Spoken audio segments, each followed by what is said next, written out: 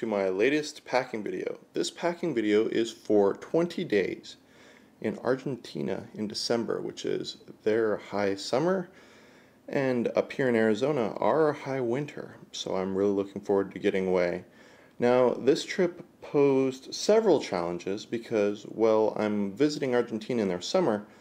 I'm not just sticking to Buenos Aires and Iguazu Falls up in the north. I actually have plans to head down to Tierra del Fuego and Patagonia, which are located clear down in the south, and actually Ushuaia, and I may be butchering that, in Tierra del Fuego is where most of the boats and ships leave for Antarctica. As you can imagine, pretty cold. I checked the other day and it was somewhere in the neighborhood of 32 degrees. Most of the time it's going to be between 30 and 50 down there. So I have to plan ahead and plan some cold clothing, or at least something that I can layer up to. Simultaneously, it's going to be really toasty, 80s, 90s, kind of muggy up by Iguazu and in Buenos Aires. I'm also going to be there over New Year's, which means I want to make sure that I've got a couple options which are a little more socially friendly and will stay clean and kind of are going out clothing instead of just smelly traveling backpacking clothes. You may recognize these two bags from previous videos. The one on the right is my main bag, and even though the two look pretty similar in size right now, there's a pretty big difference as far as the volume they can hold. However, both are carry-on friendly. The backpack on the left-hand side will count as my personal item, and the bag on the right will count as my carry-on item. So my two bags, and that'll be what all of this stuff fits in. Either that or I'll be wearing it on my person. Now I'll be starting off, and I'm going to actually take 4, 5, 6, 7 pairs of underwear. The three on the left are actually geared towards their ex officio travel underwear, and so it's scent resistant, dries quickly, and all of that good stuff. Well, the stuff on the right hand side is more conventional underwear, and you know, I really could do the entire trip with just the three on the left, but it's a laziness and convenience thing, since I'll be doing all of my laundry in sinks using hand soap as I make my way through. It's going to be sweaty. I'm going to spend a lot of bus time and a lot of train time or plane time, so going with a couple extra pairs of kind of under things. Similarly, I've got 6 pairs of heavy socks and one smaller pair, which is also supported. Now, I picked these socks up during a recent trip to Walmart, and they are almost identical to what you'll find in most outdoor stores. They have a lot of arch support and things of that nature, but they are absolutely dirt cheap. Walmart does seem to carry them seasonally though, so you know, your mileage may vary on that. And the other smaller pair, I use those on days when these other ones haven't quite dried out, if I'm in a humid spot or something of that nature. Again, I could do this with 3 to 4 pairs of socks. I just prefer, you know, they don't take up much space, they don't weigh anything, so I'm throwing a couple extras in. Now, I actually have 3 pairs of shoes. Don't tell anybody. This is because my normal Keen Targi 2s, which I absolutely love, and I use for walking around. They're waterproof, water resistant. They're great for just, you know, marching through stuff. And then on the left, I've got a pair of shoes that I'll use to dance. I'm actually a ballroom dancer.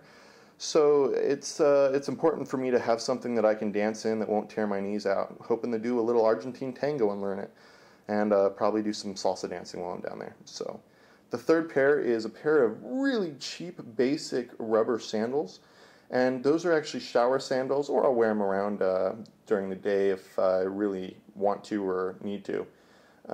But that kind of covers my bases, and again, you know, added pair of shoes, they take up a lot of space and a lot of weight. So if you could cut that down, just 2 of those, that is probably advisable.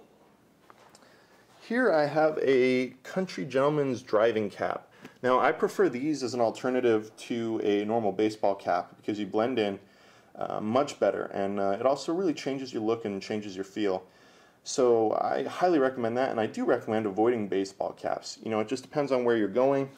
I always prefer, you know, doing something that doesn't blatantly identify me as American.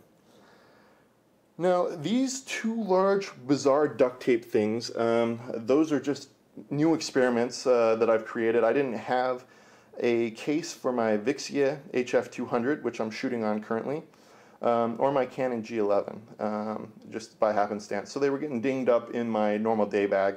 I made those out of a little neoprene and some duct tape, and I'm going to see how they work. I may end up throwing them away and giving up on them pretty quick. But they're light, they're padded, and I can just slide the stuff in and out really easily. Now, right above that is my towel, and this tiny thing barely wraps around me, but it is absolutely fantastic, and it's an Msr Travel Towel, microfiber travel towel.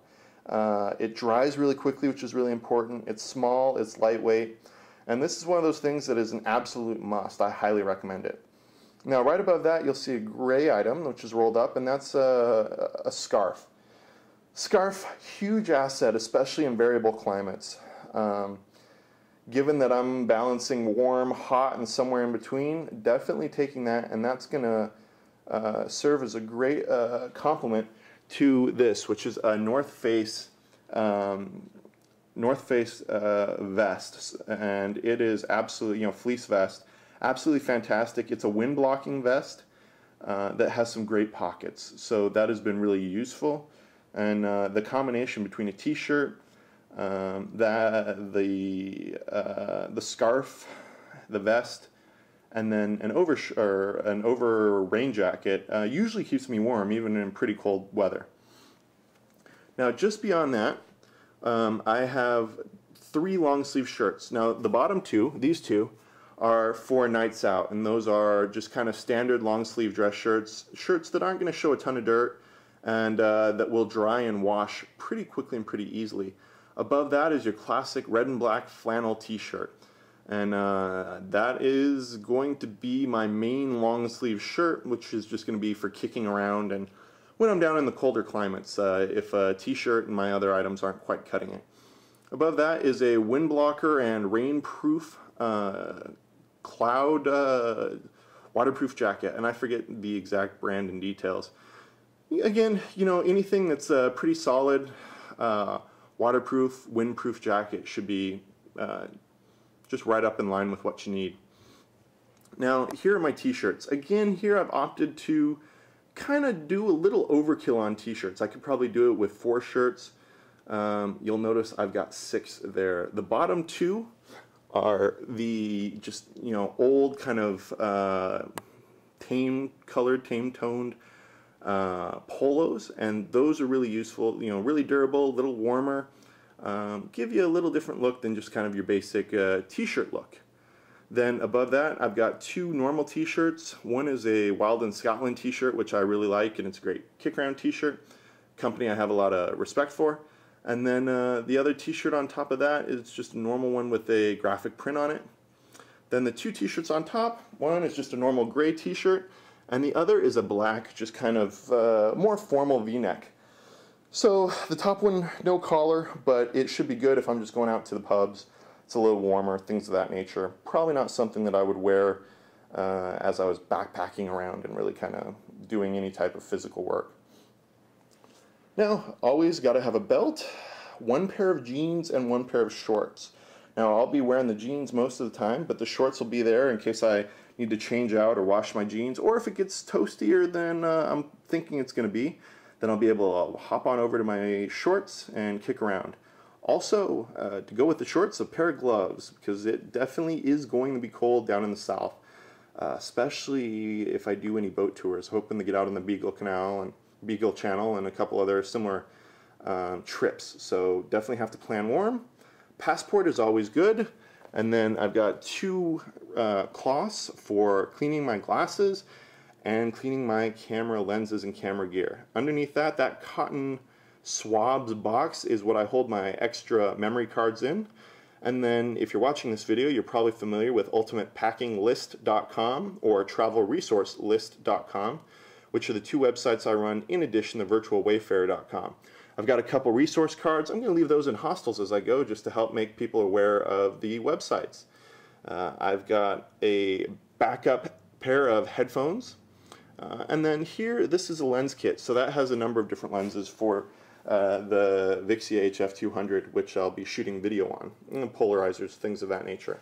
This is an inflatable neck pillow, which is absolutely wonderful and a must-have when I'm on the plane or doing a long bus ride or anything of that nature.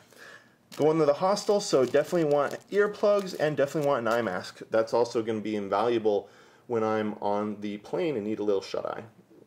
I've also picked up a really cheap calculator watch. That'll serve as my alarm clock. It'll also let me do basic mathematical currency conversions and things of that nature. Smartphone would serve that purpose, but I'm not taking a smartphone, so going old school. Now down here I've got a notebook, a pen, which will let me take notes as I go, the remote for my Vixia HF200, and then a little 4 gig Sansa MP3 player. I like these because they're really cheap. I don't have to worry if it gets stolen, and yet it works as a great MP3 player and satisfies all my needs. My battery charger and a cheap spare backup battery, which I picked up off of Amazon, and then a multi-purpose USB, mini USB cord.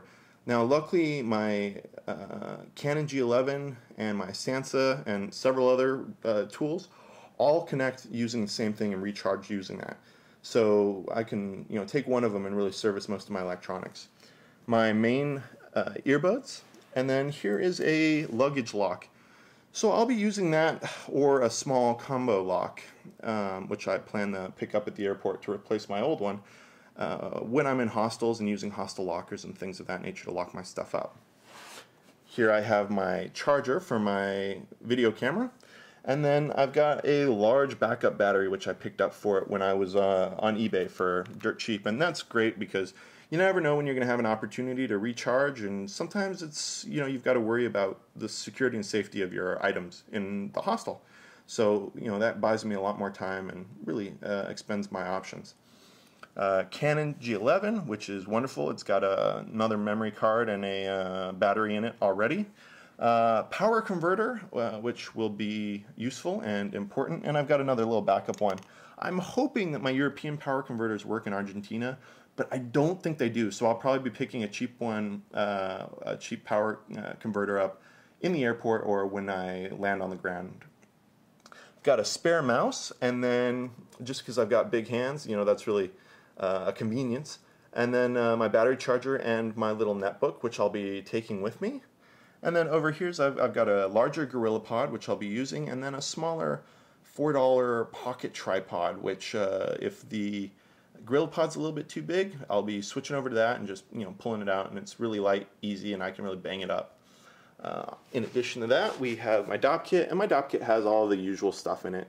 I'll pick up toothpaste, shampoo, soap once I get there, and that way I don't have to worry about all the security nonsense. These on top are probiotics. I'm not a big lactose fan, but in addition to that, you're dealing with a lot of different foods, spices, grains, you name it. So probiotics are wonderful. They'll definitely keep you shipshape, feeling better, and a lot healthier when you're traveling. Besides that is a little bag which has some spare toilet paper, trash bags, and Ziploc bags, as well as tooth floss. And the tooth floss can be used to tie stuff together and do all sorts of things. The plastic bags to, if it starts raining, to cover my backpack or my cameras or things of that nature. So it allows me to sort and do all sorts of things. I've got a spare pair of glasses just in case something goes amiss on the dance floor, a passport holder and carrier which I'll use in the airport, all of my reservations and things of that sort printed out, and I'll just fold that and put that in the passport carrier. And then a friend gifted me a couple a little Argentinian currency which will help me. It'll let me kind of buy something in the airport on my way out, or hold me over until I find an ATM. Also a Lonely Planet Buenos Aires encounter guide, so that should be useful and fun. Do not have a guide at this point for the rest of the trip outside of Buenos Aires, so I'll be playing by ear.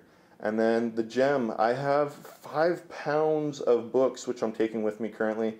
The plan is to read the huge bottom one, which is a Wheel of Time book, en route. And so I'm well into it at this point, so that'll kick off pretty quickly and it'll get more reasonable right after that.